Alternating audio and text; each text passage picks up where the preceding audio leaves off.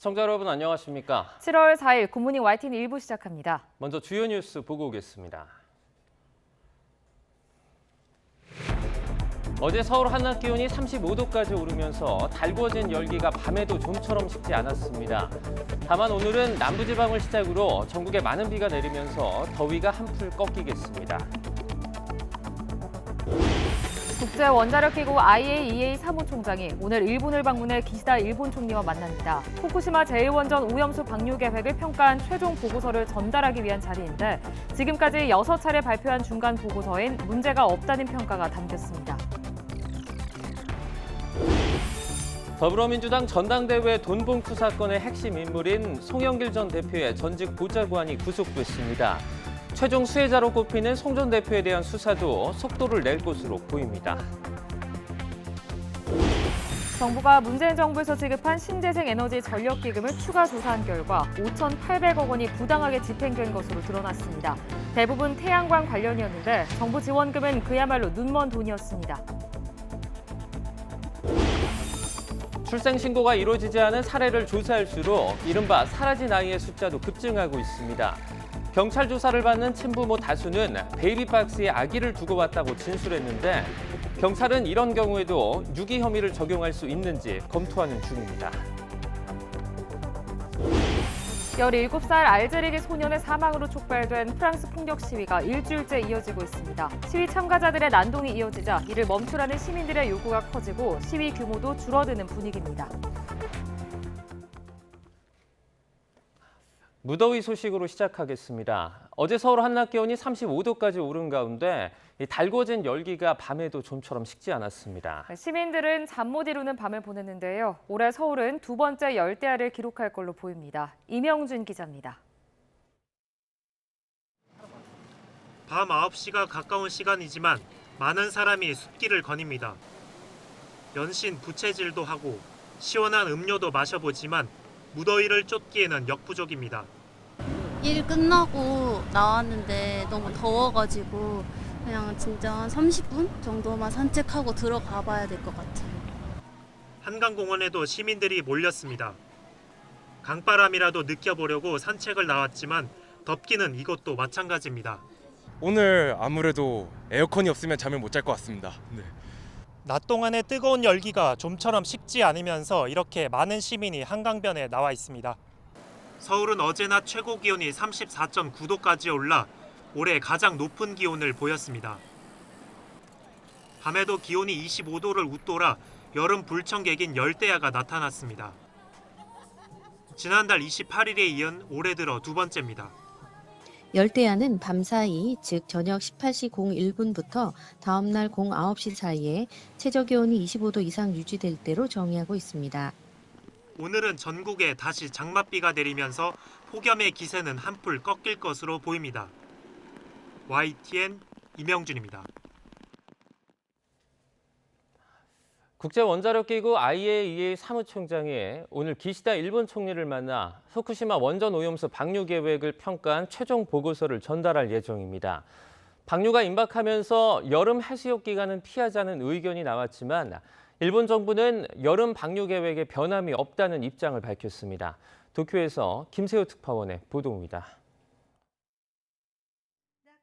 라파엘 그로시 IAEA 사무총장이 일본을 찾아 기시다 후미오 총리와 하야시 요시마사 외무상과 만납니다. 후쿠시마 제1원전 오염수 방류 계획을 평가한 IAEA 최종 보고서를 전달하고 평가 내용을 설명하기 위해서입니다. 이미 6차례 발표된 IAEA 중간 보고서는 방류에 대해 문제가 없다고 밝힌 만큼 비슷한 의견을 내놓을 가능성이 큽니다. 그로시 사무총장은 또 후쿠시마 제1원전을 찾아 IAEA 사무소를 개설하고 오염수 방류 처리가 국제 기준에 맞게 이행되는지 살필 계획입니다. 이런 가운데 야마구치 나스오 연립여당 공명당 대표는 해수욕 기간, 즉 여름에는 방류를 피하면 좋겠다는 의견을 밝혔습니다. 일본 내 불안한 여론을 의식한 발언인데 일본 정부는 해양 방류 계획에 변함이 없다는 입장을 되풀이했습니다. 알프스処理水の海洋放出の時期は本年春から夏頃を見込むとお示しをしてきており、この方針に変更はありません。 하지만 여전히 반대 여론은 만만치 않습니다. 일본 민영방송 TBS가 주도하는 뉴스 네트워크 JNN 여론조사에서 오염수 방류 찬성이 45%였는데 반대도 40%로 비슷하게 나타났습니다. 후쿠시마 현지사는 소문으로 인한 피해가 일어나지 않도록 해줄 것을 정부에 촉구했습니다. 国においては引き続き万全な風評対策を徹底的に講じていただきたい、こう考えております。 기시다 총리는 IAEA의 최종 보고서를 받은 뒤에도 일본 어민들의 반발과 국내외 여론의 움직임을 최대한 살피면서 방류 시점을 최종 결정할 계획입니다. 도쿄에서 YTN 김세호입니다. 후쿠시마 원전 오염수 방류 결정이 초일기에 들어가면서 정치권의 막말 공방도 위험 수위로 치닫고 있습니다. 제1야당이 괴담 마약에 빠졌다는 여당 대표의 날선 비판을 민주당은 극우 망언으로 되받으며 국회 윤리위에 제소하기로 했습니다. 박광열 기자입니다. 오염수 방류를 결정할 사실상 마지막 단계인 IAEA 최종 보고서 공개를 앞두고 국민의힘은 재차 괴담 마약 카드를 꺼냈습니다. 광우병과 천안함, 사드 등 과거 야권 주장을 하나하나 거론하며 민주당의 행보를 사이비 종교 신봉자에 비유했습니다. 15년 전 미국산 소고기를 먹느니 청산가리를 마시겠다고 헛소리로 떠들던 광우병 사이비 종교 신봉자들의 모습 그대로입니다. 특히 광우병 논란 당시 시위를 주도했던 인사를 초청해 공개 강연을 듣고 야권의 정략적 의도를 문제 삼았습니다. 오염수 방류 반대를 동력 삼아 추진되는 비판 공세가 정권 흔들기 차원일 수 있다는 겁니다. 07년 대선을 이명박이 됐든 박근혜가 됐든 민주 세력이 집권하지 않으면 우리는 인정할 수 없다. 그게 기저에 깔려 있는 거라고 생각합니다. 선거 불복, 이게 광우병과 후쿠시마에 흐르는 가장 강력한 정치적 동기라고 생각합니다. 민주당도 가만히 있지는 않았습니다. 건강에 대한 국민적 우려에 귀 기울이지는 못할 망정 괴담치부하며 극우 망언을 쏟아내고 있다고 발끈했습니다. 민주당이 마약에 도취됐다고 비난한 국민의힘 김기현 대표는 당 차원에서 국회 윤리위에 제소하기로 했습니다. 마약에 도취됐다. 이런 식의 발언을 하는 여당 대표 망언 참으로 기가 막힙니다. 정치가 아무리 비정하다 해도 금도가 있는 것입니다. 공개가 임박한 IAEA 최종 보고서 또한 일본 정부 맞춤형일 우려가 크다고 목소리를 높였습니다. 방류가 현실화될 경우 대책은 있는지 정부와 여당을 향해 따져 물었습니다. 과학적 보고서이기보다는 정치적 보고서일 우려가 크다는 것이 모든 사람들의 생각입니다. 위기 대응 매뉴얼을 조속히 국회에 보고하고 국민과 언론에 투명하게 공개하기 바랍니다. 각 당 지도부가 원내에서 설전을 주고받는 동안 장외에선 여야 의원들의 처신을 둘러싼 감론을박이 계속됐습니다. 이거 못 먹어도 된다는 거 아니에요? 이게 2011년에 방류해갖고 우리 그네까지 온 거기 때문에 맞습니다. 지금 방류하는 것보다 훨씬 진한 거예요, 이게. 저는 똥을 먹을지언정 후쿠시마 오염수 먹을 수 없습니다. 여야 모두 소속 의원들에게 비상대기 지침을 내릴 만큼 오염수 정국에서 밀리지 않겠다는 의지가 확고해 보입니다. 하지만 이럴 때일수록 정치 혐오를 불러오는 막말 경쟁보단 상대를 논리적으로 설득하는 성숙한 자세가 필요하다는 지적도 적지 않습니다. YTN 박광열입니다. 더불어민주당과 정의당은 추가 경정 예산 편성 협의와 후쿠시마 원전 오염수 방류 저지 등 쟁점 현안에 대한 정책 공조를 강화하기로 뜻을 모았습니다. 민주당 박광원 원내대표와 정춘숙 원내정책 수석 부대표, 정의당 배준교 원내대표와 이은주 원내수석 부대표는 어제 국회에서 만나 이같이 합의했습니다. 모두 발언에서 박 원내대표는 앞서 야당 단독 표결로 본회의에 직회부된 노동조합법 개정안, 이른바 노란봉투법과 신속 처리 안건으로 지정이 된 이태원 참사 특별법 추진 방안을 논의해야 한다고 말했고, 배 원내대표도 협의를 위해 자주 만나자고 화답했습니다. 더불어민주당 전당대회 돈봉투 사건의 핵심 인물로 꼽히는 송영길 전 대표의 전직 보좌관 박모 씨가 구속됐습니다. 최측근인 박 씨의 신병이 확보되면서 송영길 전 대표를 향한 검찰 수사도 탄력을 받을 전망입니다. 권준수 기자입니다. 송영길 전 대표의 전직 보좌관 박모 씨가 영장 심사를 받고 나온 지 10시간 만에 법원이 검찰의 손을 들어줬습니다. 법원은 박 씨가 증거를 없앨 우려가 있다며 구속영장을 발부했습니다. 박 씨는 민주당 돈봉투 의혹의 이른바 키맨으로 꼽힙니다. 박 씨는 재작년 민주당 전당대회에서 송 전 대표를 당선시키려고 여러 현역 의원과 경선 관계자에게 돈봉투를 뿌리는 데 관여한 의혹을 받습니다. 앞서 박 씨는 법원에 들어서면서 쏟아지는 취재진 질문에 입을 굳게 다물었습니다. 전당대회 당시 6,700만 원 살포 혐의 인정하십니까? 송영길 대표가 지시한 건가요? 박 씨는 혐의를 전반적으로 부인했지만 검찰은 2시간 넘게 이어진 신문에서 PPT 자료 200여 장을 제시하며 혐의 입증에 주력했습니다. 특히 스폰서로 알려진 김모 씨로부터 받은 5천만 원을 비롯해 모두 6천만 원을 윤관석 의원에게 전달하고 이 돈이 봉투 20개에 300만 원씩 나뉘어 민주당 의원 20명가량에 살포됐다는 과정을 집중적으로 설명했습니다. 수사가 본격적으로 이뤄지기 전에는 박 씨가 송 전 대표의 후원 조직인 먹고사는문제연구소 사무실에 PC 하드디스크 교체를 지시했다고 주장했습니다. 이 같은 증거인멸 정황을 바탕으로 구속 수사의 필요성을 입증한 겁니다. 돈봉투 수사는 윤관석, 이성만 의원의 체포 동의안 부결로 난관에 부닥쳐 있던 상황.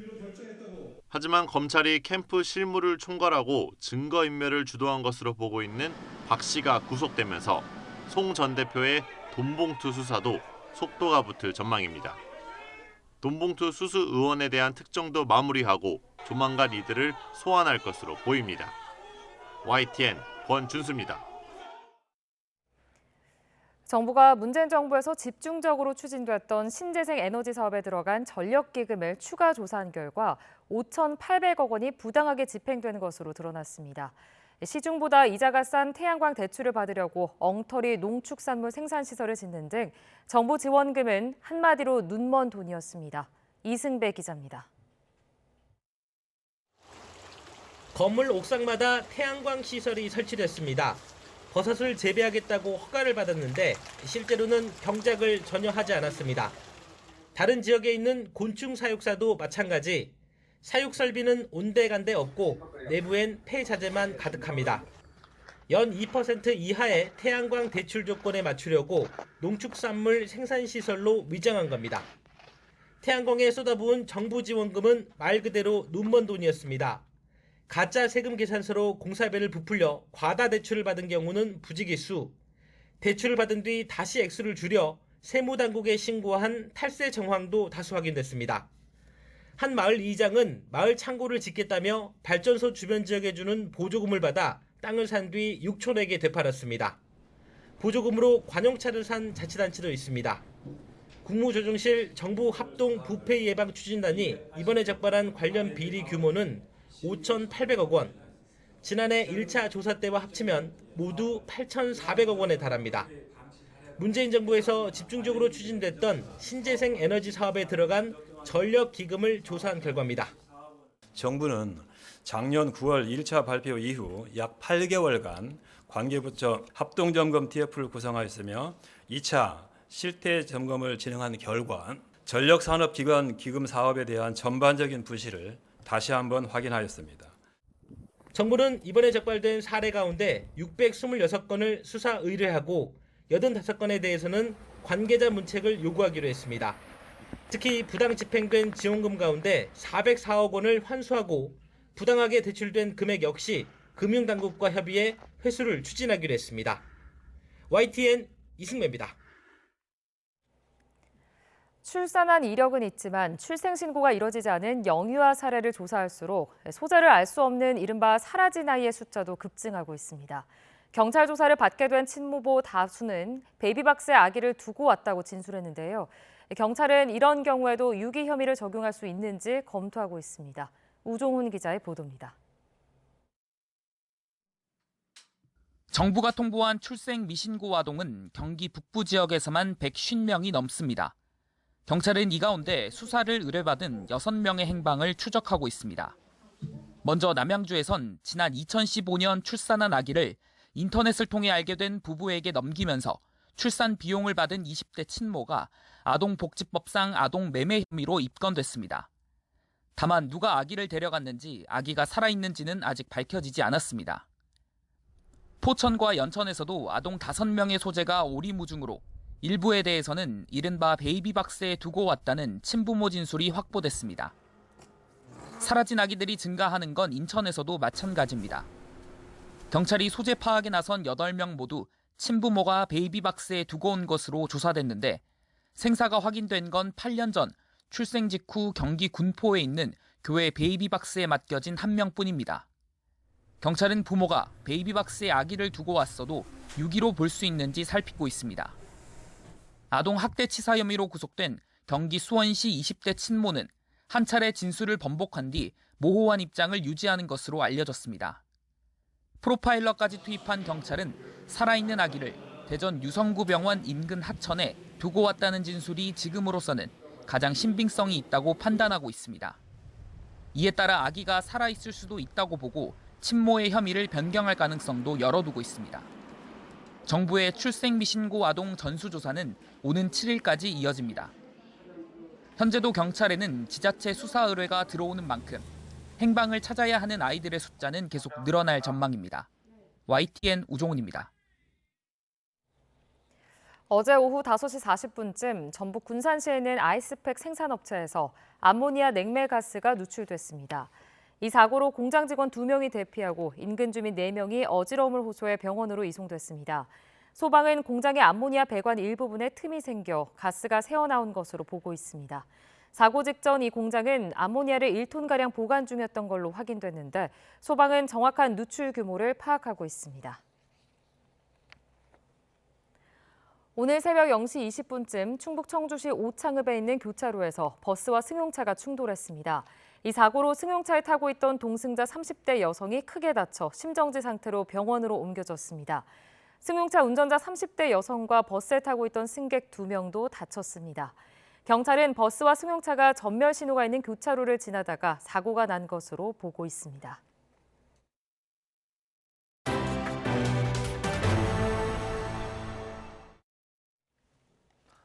윤석열 대통령이 신임 차관들에게 우리는 반카르텔 정부라면서 이권 카르텔과 가차없이 싸워달라고 당부했습니다.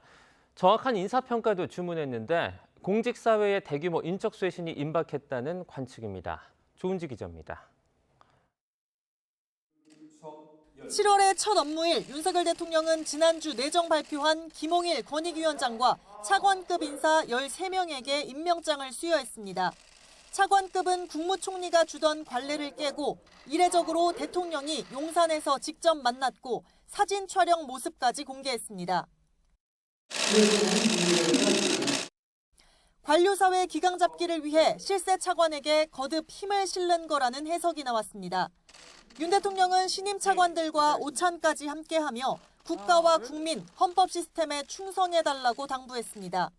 우리 정부는 반카르텔 정부라면서 이권 카르텔과 가차없이 싸워달라고 강조했고 가장 중요한 건 사람을 평가하는 거라며 산하단체와 공직자들의 업무 능력을 늘 정확히 평가해달라고 지시했습니다. 과감한 인사, 나아가 신상필벌을 주문한 겁니다.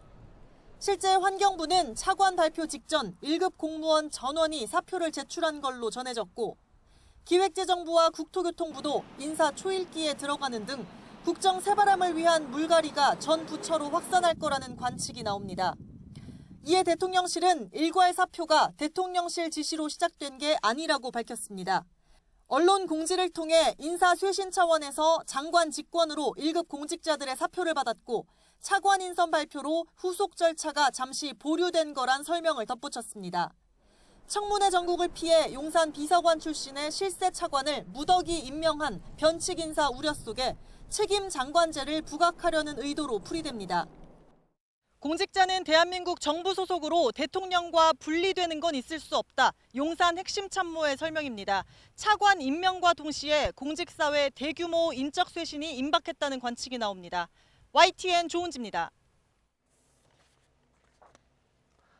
이처럼 윤석열 대통령이 신임 차관들에게 이권 카르텔과 맞서 싸워달라고 주문하면서 특히 통일부와 교육부, 환경부와 문화체육관광부를 이념부처라고 언급한 것으로 전해졌습니다. 대통령실 관계자는 YTN에 윤 대통령이 최근 정치 성향에 따라서 움직이는 부처가 있다며 4개 부처를 콕 찍어서 지적했다면서 이들이 이른바 이권 카르텔의 본산이라는 취지라고 설명했습니다. 민주노총이 어제부터 최저임금 인상과 정권 퇴진을 촉구하며 청파업 투쟁에 들어간 가운데 경찰이 평일 퇴근 시간대 집회를 금지 통보한 곳에 대해서 민주노총이 집행정지 가처분 신청을 냈습니다. 앞서 경찰은 평일 오후 5시부터 저녁 8시 사이에 예정된 집회 행진에 대해서 교통 혼잡이 우려된다는 이유로 금지 통보했습니다. 가처분 신청에 대한 법원의 판단은 오늘 오후쯤에 나올 것으로 예상됩니다. 내년 최저임금을 결정하기 위한 10번째 회의가 오늘 열립니다. 최저임금위원회는 오늘 정부세종청사에서 10차 전원회의를 열고 내년 최저임금을 심의 의결하기 위한 논의를 이어갈 계획입니다. 내년 최저임금 심의 기한은 지난달 29일까지였지만 노사 간의 제시한 격차가 워낙 커 간격을 좁히지 못했습니다. 최저임금 최초 요구안으로 노동계는 올해보다 27% 인상한 12,210원을, 경영계는 올해와 같은 9,620원을 각각 제시했습니다. 부동산 시장 호황기에 아파트 대체제로 주목을 받았던 오피스텔이 찬밥 신세로 전락했습니다. 최근에 값이 하락한 아파트로 수요가 옮겨간 데다 금융이자 부담이 여전히 크고 부동산 규제까지 완화하면서 오피스텔을 구매할 매력이 떨어진 겁니다. 윤혜리 기자의 보도입니다. 서울 논현동에 있는 도시형 생활주택입니다. 전용 면적 52제곱미터 오피스텔 분양가는 20억 원대. 비싼 가격에도 재작년 분양 2개월 만에 완판됐지만 최근엔 분위기가 달라졌습니다.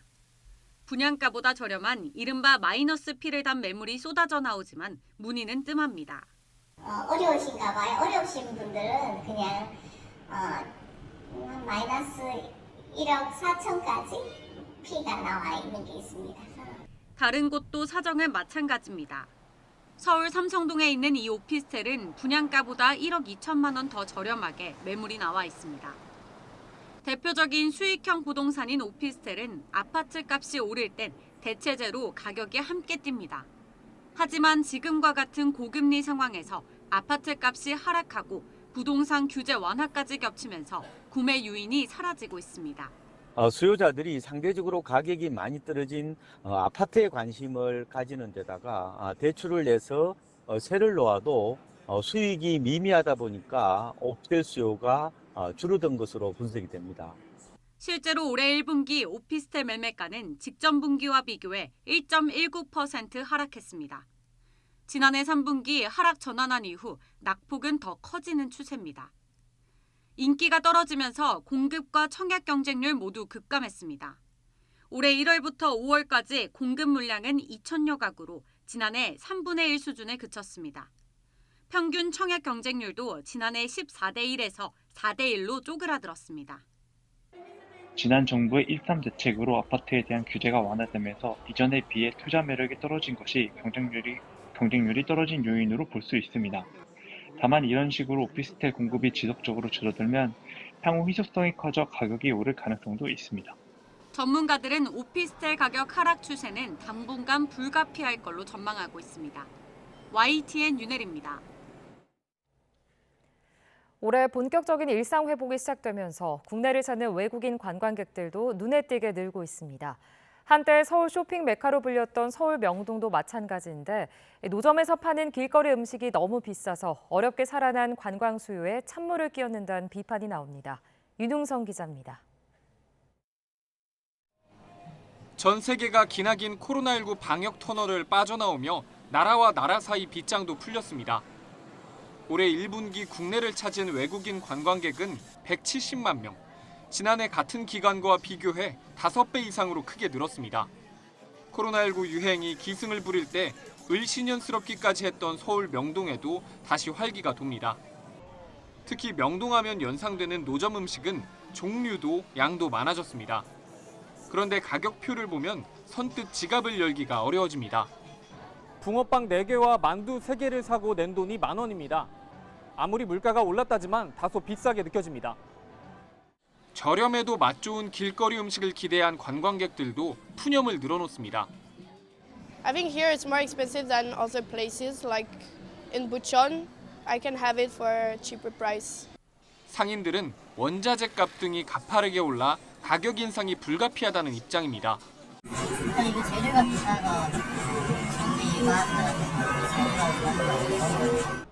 그러나 서울 관광의 중심지인 명동의 높은 물가는 이른바 바가지 논란을 불러서 이제 막 살아나기 시작한 관광 수요에 찬물을 끼얹을 수 있습니다. 바가지 요금이나 이런 부분으로 일시적인 어떤 그 이미지를 흐릴 때는 그 지속적 성장이 쉽지 않다. 가격이나 이런 부분에서도 이미지가 나빠지지 않도록. 이런 가운데 서울 중구청은 노점상들이 받는 가격을 법적으로 강제할 수는 없다고 설명했습니다. 다만 관광산업에 영향을 줄 수 있는 만큼 합리적인 판매가를 권고하고 있다고 덧붙였습니다. YTN 윤웅성입니다. 17살 알제리계 소년의 사망에서 촉발된 프랑스 전역의 폭력 시위 양상이 바뀌고 있습니다. 방화와 파괴로 얼룩진 난동이 엿새째 이어지자 시위를 멈추라는 시민들의 요구가 커지고 있습니다. 조용성 기자가 전해드립니다. 프랑스 국기와 같은 색의 어깨띠를 두른 사람들이 공화국을 위한 조화라는 현수막뒤로 빼곡하게 모였습니다. 격렬한 시위로 연일 흉흉한 때에 이 지역의 시장을 향해 위로의 박수를 치고 발맞춰 함께 행진도 합니다.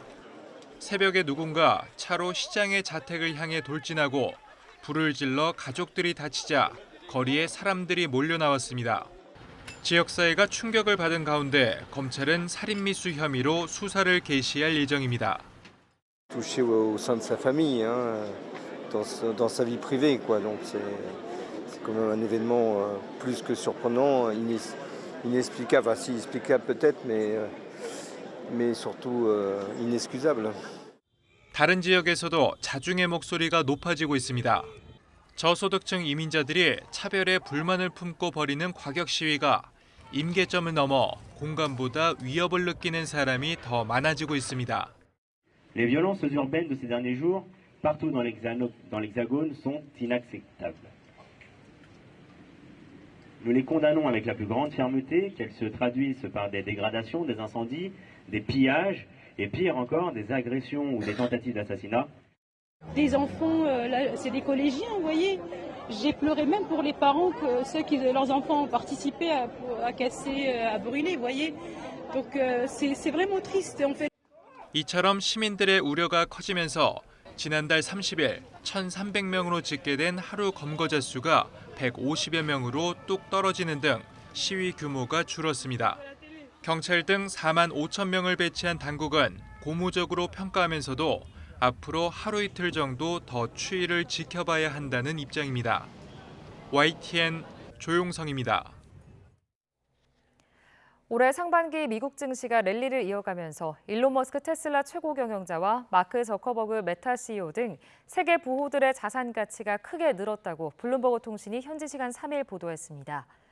블룸버그의 억만장자 지수 집계에 따르면 상반기 세계 500대 부자들의 자산 가치가 총 8,520억 달러, 약 1,112조 7,100억 원 증가했습니다. 이들 1인당 자산 가치 증가분의 평균치를 따지면 지난 6개월간 매일 1,400만 달러, 약 183억 원 벌어들인 셈입니다. 세계 최고 갑부인 머스크 테슬라 CEO는 6개월간 순자산이 966억 달러, 약 126조 1,600억 원 늘었으며 부호 순위 9위인 마크 저커버그 메타 플랫폼 CEO도 순자산이 589억 달러 늘어 증가폭으로 머스크의 뒤를 이었습니다.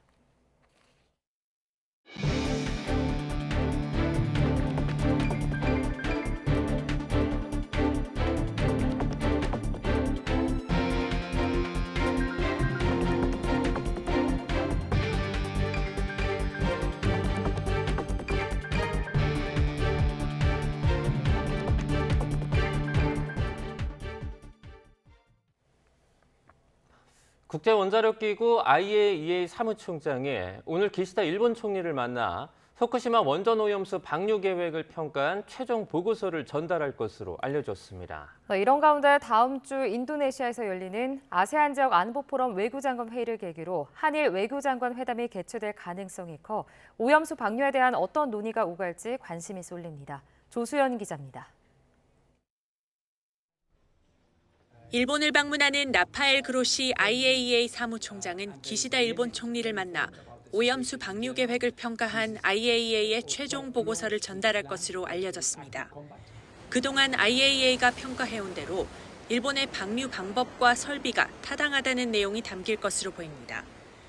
방일 직후 그로시 사무총장은 이런 내용을 설명하기 위해 우리나라를 찾을 가능성이 있습니다. 지금 조율 중에 있고 아마 저희가 조만간 말씀을 드릴 수 있을 걸로. 일본 정부는 오염수 방류에 나서기 전에 주변국들의 이해를 구하는 과정을 거칠 것으로 예상됩니다. 기시다 총리가 지난주 강요회의에서 국내외에 정중하게 설명하라고 지시한 데 따른 겁니다. 하야시 일본 외무상은 다음 주 인도네시아에서 열리는 아세안 지역 안보 포럼 ARF 외교장관 회의를 방류의 안전성을 알리는 기회로 삼을 전망입니다. 이를 계기로 박진 외교부 장관과의 양자 회담도 조율 중이어서 어떤 논의가 오갈지 관심입니다. 설명 노력이 좀 있을 것 같고요. 한국에서는 그럼에도 불구하고 국내에서의 우려나 불안이라는 건 있기 때문에 이 부분에 대해서도 상호 간에 논의가 이루어질 것 같습니다. 일본은 그동안 방류 시기를 올 봄부터 여름 무렵이라고 했는데 이번 회담에서 구체적인 시점을 언급할 가능성도 있습니다. 우리 정부는 IAEA 최종 보고서와 현장 시찰 결과 일본 정부의 상세한 설명을 토대로 입장을 정할 것으로 보입니다. YTN 조수연입니다. 더불어민주당 박광원 원내대표는 일본 측에 전달될 후쿠시마 오염수 관련 IAEA 보고서가 일본 맞춤형일 우려, 과학적이기보다는 정치적일 우려가 크다는 게 모든 사람들의 생각이라고 말했습니다. 박 원내대표는 어제 최고위 회의에서 후쿠시마 오염수 해양 투기가 현실로 다가오는데 방류에 사실상 찬성하고 있는 한국 정부가 과연 대비책을 세우고 있는지 묻고 싶다며 이같이 밝혔습니다. 국민의힘 소속인 장제원 국회 과학기술정보방송통신위원장은 노량진 수산시장을 찾아 일본 후쿠시마 원전 오염수 방류에 대한 국제원자력기구 IAEA 검증 보고서가 나오면 이를 국민에게 설득하고 설명하는 장을 1인 시일 안에 만들겠다고 밝혔습니다. 국민의힘 소속 과방위원들과 함께 수산시장을 찾은 장 위원장은 시장에서 오찬전 인사말을 통해 국민이 안심할 수 있도록 정부의 강력한 방사능 점검을 촉구하고 국회 차원에서 점검 역할도 철저히 하겠다며 이같이 밝혔습니다.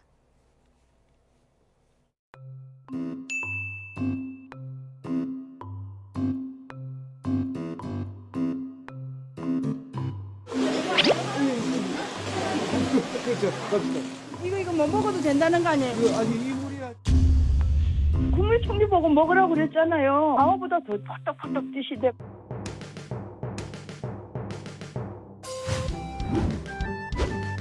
저는 똥을 먹을지언정 후쿠시마 오염수 먹을 수 없습니다.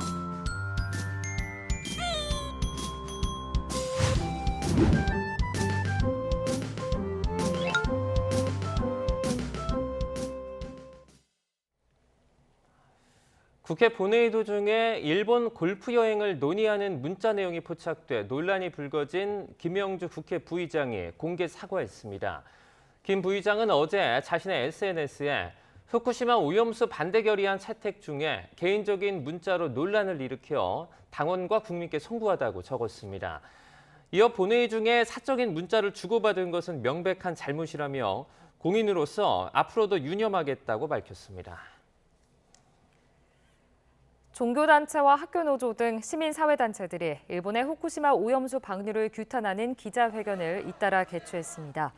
기독교와 불교, 원불교, 천주교 등 4대 종교단체는 어제 주한 일본 대사관 앞에서 합동 기자회견을 열고 일본 정부는 후쿠시마 방사능 오염수 해양 투기 계획을 철회하라고 촉구했습니다.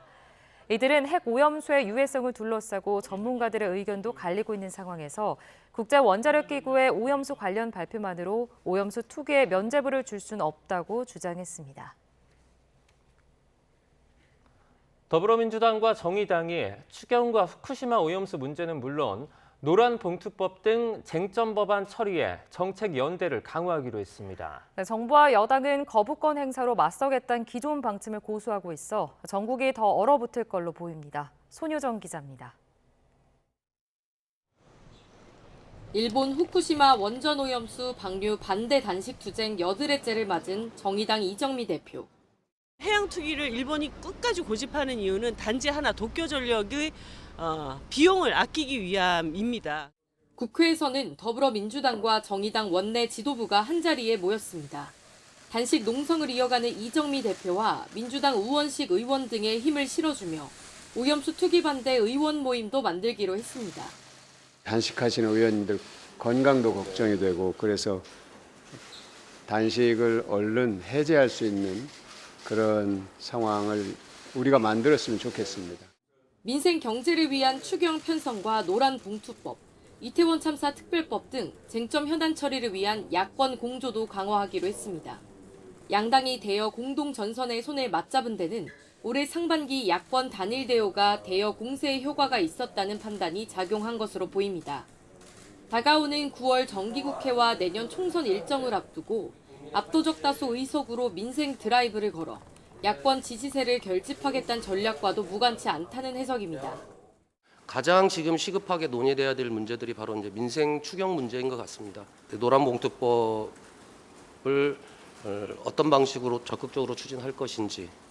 국민의힘은 물밑에서 야합하던 두 야당이 이젠 공개적으로 나라 경제를 위태롭게 하는 각종 법안 처리에 공조하기로 했다고 깎아내렸습니다. 특히 노란봉투법이 국회 문턱을 넘는다면 대통령의 거부권 행사를 건의하겠다는 방침을 명확히 했습니다. 국민의 관점에서 보면은 반드시 막아야 될 악법입니다. 그래서 당연히 이 악법을 막기 위한 우리 국민의힘이 할 수 있는 조치 당연히 할 것입니다. 하반기 국회에 들어서자마자 공조를 강화한 야권의 동향에 촉각을 곤두세우는 가운데 대통령실도 국회 내 수기 없이 만들어진 법이라 판단되면 거부권 행사를 적극 검토할 것으로 예상됩니다. 당이 요구하지 않더라도 이미 대통령실에서는 입장을 밝힌 바 있죠. 만약에 이번에 또 통과가 된다면 같은 상황을 우리가 맞이할 수 있다. 저는 이렇게 예상합니다. 민주당과 정의당이 쟁점 법안을 강행 처리한다면 양곡관리법과 간호법에 이어 세 번째 거부권 사태가 빚어질 가능성이 큽니다. 현재 분위기론 여야 모두 물러나지 않을 태세라 정치권의 대치 전선이 더 가팔라질 것이란 우려도 나오고 있습니다. YTN 손효정입니다. 윤석열 대통령이 김홍일 국민권익위원장 내정자와 차관급 내정자 13명에게 임명장을 수여했습니다. 윤 대통령은 어제 용산 대통령실에서 김 내정자와 김한섭 기획재정부 2차관, 장미란 문화체육관광부 2차관 등 청문회가 필요 없는 내정자들을 정식 임명했습니다. 윤 대통령은 이들과 오찬을 진행하며 관료사회의 분발과 쇄신을 이끌어달라고 당부할 것으로 전해졌습니다. 지난주 함께 인선이 발표된 김영호 통일부 장관 후보자는 국회 인사청문회를 거쳐야 정식으로 임명됩니다. 일부 정부 부처의 1급 고위 공무원들이 일괄 사표를 제출한 것으로 알려진 가운데 대통령실은 인사쇄신 차원에서 장관 직권으로 사표를 받은 것이라고 밝혔습니다. 대통령실은 대변인실 명의의 언론 공지에서 1급 사표 제출이 대통령실 지시에 따라서 시작된 것이 아님을 알려드린다고 강조했습니다. 그러면서 해당 부처는 장관 직권으로 1급 공직자들의 사표를 받은 것이라며 차관 인선 발표로 후속 절차가 잠시 보류된 것으로 알고 있다고 설명했습니다. 방송통신위원회가 내일 전체 회의를 열어 KBS 수신료 분리징수 방안이 담긴 방송법 시행령 개정안을 의결할 예정인 가운데 이를 둘러싼 여야의 신경전이 고조되고 있습니다. KBS가 문재인 정부의 나팔수 역할을 했다는 여당의 공세에 야당은 윤석열 정부의 언론 탄압이 도를 넘었다고 비판했습니다. 정윤우 기자입니다. 국민의힘 소속 과방위원들은 조작방송과 방만 경영을 일삼았다고 KBS를 비판하면서 대통령실의 수신료 분리징수 방침에 힘을 실었습니다. KBS가 문재인 정권 비호 아래 친민주당 세력의 나팔수로 활약했다고 주장하며 KBS에 대한 수신료 분리징수 여론이 압도적이라고 강조했습니다. 특히 그동안 제어가 심사에서 2차례나 미달 평가를 받은 ETV는 폐지까지 고려해야 한다며 압박 수위를 높였습니다. 편향 방송, 또 경영 문제, 또 어떤 간부들의 자질 문제 더 심해지는 형태가 되기 있기 때문에 그러려면 폐지하는 것이 낫겠다. 이런 차원으로 저희들이. 당내 미디어위원회도 성명을 내고 전 정부가 방송장악 문건을 만들어 언론노조와 함께 공영방송을 장악했다는 진실이 드러났다며 비판에 가세했습니다. 민주당은 반박했습니다. 당 소속 과방위원들은 맞불 기자회견을 열고 윤석열 정부가 전방위적인 언론 장악에 나섰다고 날을 세웠습니다.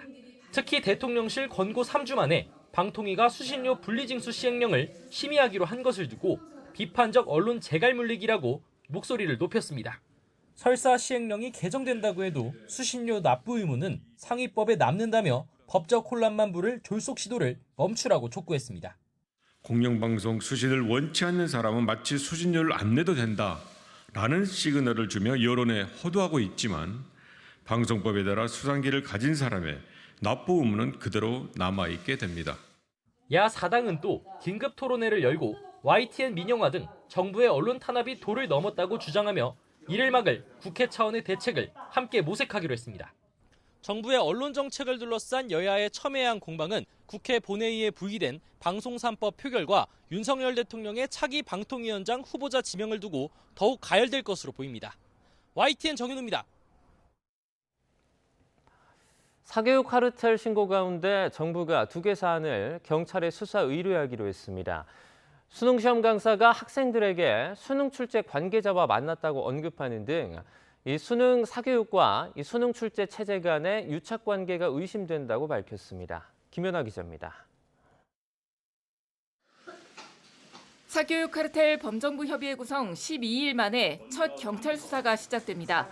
교육부는 수능시험 강사가 학생들에게 수능 출제 관계자와 만났다고 언급하고 예상 문제 유형을 소개했다는 제보 등 2건을 경찰에 수사 의뢰했습니다. 1차 검토 결과 제보의 신빙성과 개연성이 있다고 판단했다는 설명입니다. 이러한 행위는 그 자체만으로 수능 시험 체제의 공정성에 대한 사회적 신뢰를 심각하게 훼손하는 것이며 만일 그것이 사실이라면 우리 사회 전반의 신뢰를 뿌리째 뒤흔드는 일로 수사를 통해 사실이라면 업무 방해죄나 공무상 비밀 누설죄 등이 적용될 전망입니다. 경찰청은 교육부 수사 의뢰와 별개로 자체적인 범죄 첩보 수집 활동도 시작했습니다. 경찰청에서는 수사 의뢰나 고소 고발 이외에도 자체적으로 범죄 첩보 수집 활동을 시작하였습니다. 이런 여러 가지를 종합해서 엄정하게 신속하게 수사하도록 하겠습니다. 교육부는 이와 함께 교재 집필에 수능 출제진이 참여했다고 광고한 출판사와 입시 결과를 과장한 것으로 의심되는 10개 사안에 대해서는 공정위 조사를 요청했습니다. 특히 출제위원 이력을 사교육 업체 홍보 수단으로 삼는 건 국가의 공적 신뢰를 편취해 사유화하는 것과 다를 바 없다며 강도 높게 비판했습니다. 교육부는 또 6일 집중신고 기간 종료 이후에도 수시와 대학별 고사 등 대입 절차 관련 비리 신고를 받겠다고 밝혔습니다. 지금까지 접수된 신고는 261건으로 대형 입시학원 50곳이 포함됐고 사교육과 수능 출제 체제 유착 의심 사례만 해도 46건이나 됩니다. 킬러 문항으로 촉발된 사교육 이권 카르텔 단속은 하반기에도 입시 단계별로 계속해 진행될 예정이어서 사교육 업계 혼란은 갈수록 커질 것으로 보입니다. YTN 김현아입니다. 주가 조작으로 7천억대 부당 이익을 거둔 혐의로 재판에 넘겨진 투자자문업체 라더견 대표의 범행에 가담한 2명에 대해 검찰이 사전 구속영장을 청구했습니다. 서울 남부지방검찰청은 어제 자본시장법 위반 등의 혐의로 갤러리 대표 남모 씨와 증권사 직원 한모 씨에 대한 사전 구속영장을 청구했습니다. 남 씨는 라 대표 일당과 공모해 범죄 수익 100억 원을 은닉한 혐의를 받습니다. 또 증권사 직원으로 근무한 한 씨는 라 대표 일당에게 고객 돈 130억 원과 증권 계좌 등의 대여를 알선하고 이 과정에서 수억 원을 받은 혐의를 받습니다. 술을 마신 뒤 택배차를 훔쳐 추돌 사고를 낸 현역 군인이 경찰에 붙잡혔습니다. 서울 강서경찰서는 지난 3일 절도와 음주운전 혐의를 받는 20대 A병장을 체포해 군사경찰에 넘겼습니다. A병장은 지난달 29일 오전 10시 40분쯤 서울 강서구 일대에서 술에 취한 채 택배차를 훔치고 차를 몰다가 가로수를 들이받은 혐의를 받습니다. 타워크레인 기사들에게 급여와 별도로 지급하는 웃돈인 원래비가 사실상 임금 성격을 가지다는 법원 판결이 최근 대법원에서 확정됐습니다. 그런데 동시에 원래비는 부당한 관행이란 판결도 함께 확정되면서 원래비를 둘러싼 법적 판단이 엇갈리고 있습니다. 최민기 기자가 전해드립니다. 정부는 건설 현장에서 타워크레인 기사가 급여 외에 지급받아온 원래비를 악습으로 지목해 근절 의지를 밝혔지만 원래비 등 부당 금품을 수수할 경우 국가기술자격법상의 성실, 품위 유지 의무 위반으로 조종사 면허 정지 처분을 하겠습니다. 노동계는 관행으로 굳어진 사실상 임금을 정부가 뒷거래인 양 낙인 찍었다고 반발했습니다. 원래비를 둘러싼 법적 다툼에 법원 판결도 엇갈리고 있습니다. 2018년 울산 아파트 공사에 참여한 하도급 업체는 준공일 안에 작업을 끝내지 못했다는 이유로 계약 해지를 당하자 미지급 대금을 달라며 소송을 냈습니다. 업체는 일부 승소했지만 타워크레인 기사들에게 지급한 원래비도 청구 대금에 포함해달라는 주장은 받아들여지지 않았습니다. 항소심 재판부는 원래비가 법령이나 계약상 근거 없이 요구되었다고 봤습니다. 반면 2019년 광주 아파트 공사 하도급을 맡은 업체가 크레인 기사들을 상대로 낸 소송에선 상반된 판단이 나왔습니다. 업체는 원래비로 300만 원씩 모두 6억 5천만 원을 준 건 공사 지연을 막기 위해서였을 뿐 지급 근거가 없었다며 반환을 주장했습니다. 1, 2심 모두 기사들 손을 들어줘 업체가 패소했지만 원래비를 놓고는 근절해야 할 잘못된 관행이란 판단과 수십 년 이어져 사실상 근로대가인 임금 성격을 띈다는 결론으로 갈렸습니다. 원래비 성격을 달리 해석한 울산과 광주 사건 판결은 지난달 대법원에서 나란히 확정됐습니다. 대법원은 두 사건 원심 결론과 근거에 수긍한 것일 뿐이며 대법원이 원래비 적법성을 핵심 쟁점으로 삼아 별도로 따진 건 아니라고 밝혔습니다.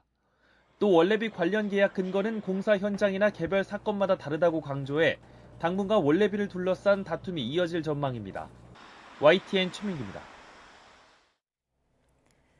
코로나 엔데믹 이후 복합 전시 산업인 MIC 산업이 다시 기지개를 켜면서 필수 인프라인 전시 컨벤션 센터에 대한 관심도 커지고 있습니다. 인도는 그동안 전시 컨벤션 센터와는 다소 거리가 멀었던 나라인데요. 한국의 운영 노하우를 바탕으로 선두 국가로의 도약을 준비하고 있습니다. 인도 뉴델리에서 최명신 기자가 전해드립니다. 인도 뉴델리의 신흥 위성도시 드와르카입니다. 머리에 커다란 사각 모자를 쓴 것 같은 독특한 건물이 시선을 압도합니다. 인도 정부가 야심차게 추진하는 축장 40개 규모 크기의 인도 국제전시 컨벤션 센터 IICC입니다. 10,000명을 동시에 수용할 수 있는 초대형 강당과 5개의 대형 전시장, 다목적 컨벤션 센터 등을 갖췄습니다. 오는 10월 정식 개장을 앞두고 막바지 점검 공사가 한창입니다. We have completed more than 90% of physical work, and it is expected that by end of August are done already. So now presently we are doing the testing and commissioning of equipment. 그동안 마땅한 전시 컨벤션 시설이 없던 인도는 IICC 성공에 총력을 기울이고 있습니다. 그 열쇠를 쥐고 있는 건 경기도 산하 공공기관인 킨텍스입니다. 5년 전 운영사를 물색하던 인도 정부가 국제 공개 입찰을 통해 킨텍스를 20년 동안 운영 파트너로 선택했습니다. 킨텍스는 선진화된 운영 기법과 마케팅 노하우를 바탕으로 IICC의 안정적인 운영과 수익 창출을 자신하고 있습니다. IICC가 들었으면 인도는 중국의 선정과 상하이, 광저우에 이어 아시아에서 4번째로 큰 전시 컨벤션 센터를 갖추게 됩니다. 킨텍스와 경기도는 IICC를 교두보 삼아 14억 인도와 서남아 시장 공략에 나선다는 계획입니다. 내년 7월 한국 엑스포 인 인디아에서 우리 한국의 바이오, IT, 건축 또 그밖에 많은 K 한류 제품들이 이곳에서 전시가 되고 인도에 많이 진출할 수 있는 좋은 계기가 되기를 기대하고 있습니다. 인도에서 전시 한류, 컨벤션 한류가 본격화하면서 우리 중소, 중견기업들의 서남아 시장 공략에도 한층 속도가 붙을 것으로 보입니다. 인도 뉴델리에서 YTN 최명순입니다. 오늘은 무더위 대신 강한 장맛비에 대비하셔야겠습니다. 정체전선이 북상하면서 또다시 전국에 장대비가 예상되는데요. 현재 호남과 충남에는 비가 내리기 시작했고요. 밤사이 전국 곳곳에 시간당 30에서 60mm의 매우 강한 비가 집중되겠습니다. 특히 내일 새벽 일부 지역에는 시간당 70mm가 넘는 물폭탄이 쏟아지기도 하겠는데요. 내일까지 서쪽을 중심으로는 많은 곳은 150mm 이상, 강원 내륙과 충북에도 120mm가 넘는 큰 비가 내리겠습니다. 취약 시간대 강하고 또 많은 비가 예상되는 만큼 추가적인 비 피해 없도록 주의하셔야겠습니다. 비가 내리며 폭염 수준의 무더위는 주춤하겠습니다. 오늘 서울의 한낮 기온은 29도, 대전은 28도, 부산은 26도를 보이겠습니다. 비는 내일 오전에 대부분 그치겠고요. 주 후반 남해안과 제주도에는 또다시 장맛비가 내리겠습니다. 지금까지 날씨 정보였습니다.